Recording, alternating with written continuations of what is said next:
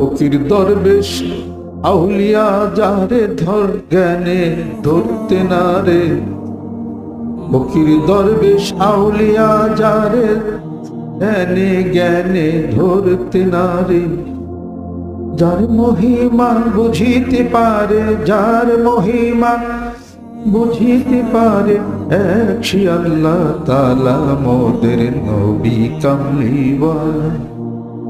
দেখো আজ আরো সে আছেন মোদের নবী কামলিওয়ালা, আরো সেই খুশিতে চাঁদ শুরু আজ হলো দ্বিগুণ।